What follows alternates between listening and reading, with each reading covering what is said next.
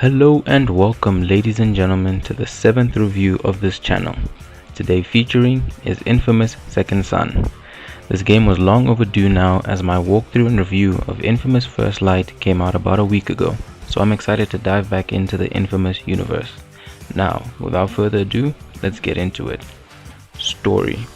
I'll try my best not to reference Infamous First Light all too much, but I highly suggest you go and watch that game's walkthrough and review before this one, as there are certain details that matter to both games.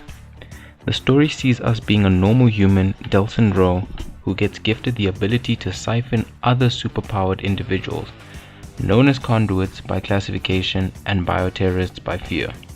You get presented with an honor system in the game where you can choose to be good or evil, which is an element I love.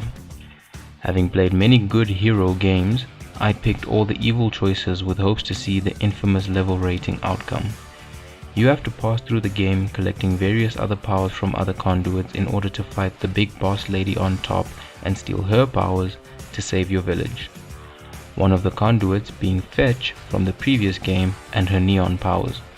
The story is definitely simple enough to follow, but the added element to make choices make it that much more unique, as you can also choose mid-game to change your ways and switch to being good, in turn changing the progression of the story.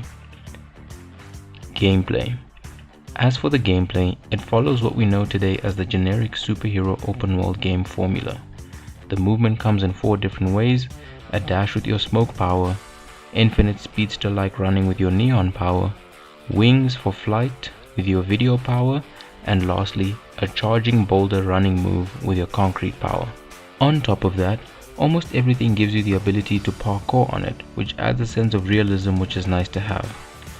Health wise, you're quite beefy, but aren't given an HP bar. You just kind of get hit too much and then your screen starts to lose color, indicating that you're taking too much damage. In terms of combat, you get to fight D.U.P agents, which are the police force of the game. There are some mini boss fights here and there, and there are some full-on boss fights when encountering the conduits you need to siphon power from. On to the biggest mechanic of this game, your powers. As previously mentioned, you have 4 different powers you can unlock throughout the game: smoke, neon, video, and concrete. Each of these having their own unique move list as well as upgradable skill tree. The fighting is simple, with your standard square to attack, L1 for immobilizing abilities, and R1 for special attacks. You also get an ultimate ability charged up by killing 7 enemies within a time limit, which does massive AoE damage. To pair in with the honor system, you have the option to execute enemies for bad karma or subdue them for good karma. The map is just simply the city of Seattle, so not too much goes on there. Fully completing the game also seems to take around 21 hours, which isn't too bad, as it mainly consists of maxing out each power's skill tree. Collectibles are found in the form of spray painting art using gyro technology of controllers, finding D.U.P phones, and finding shards for upgrades.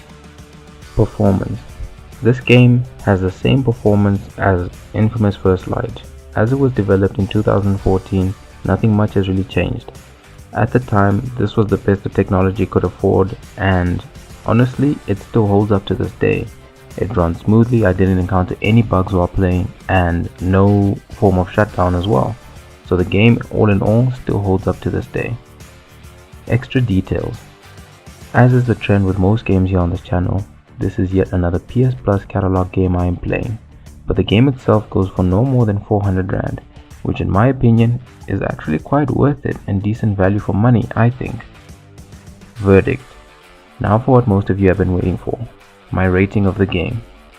I will say that having played Infamous First Light before this was the best decision ever, because it familiarized me with the story and game mechanics beforehand.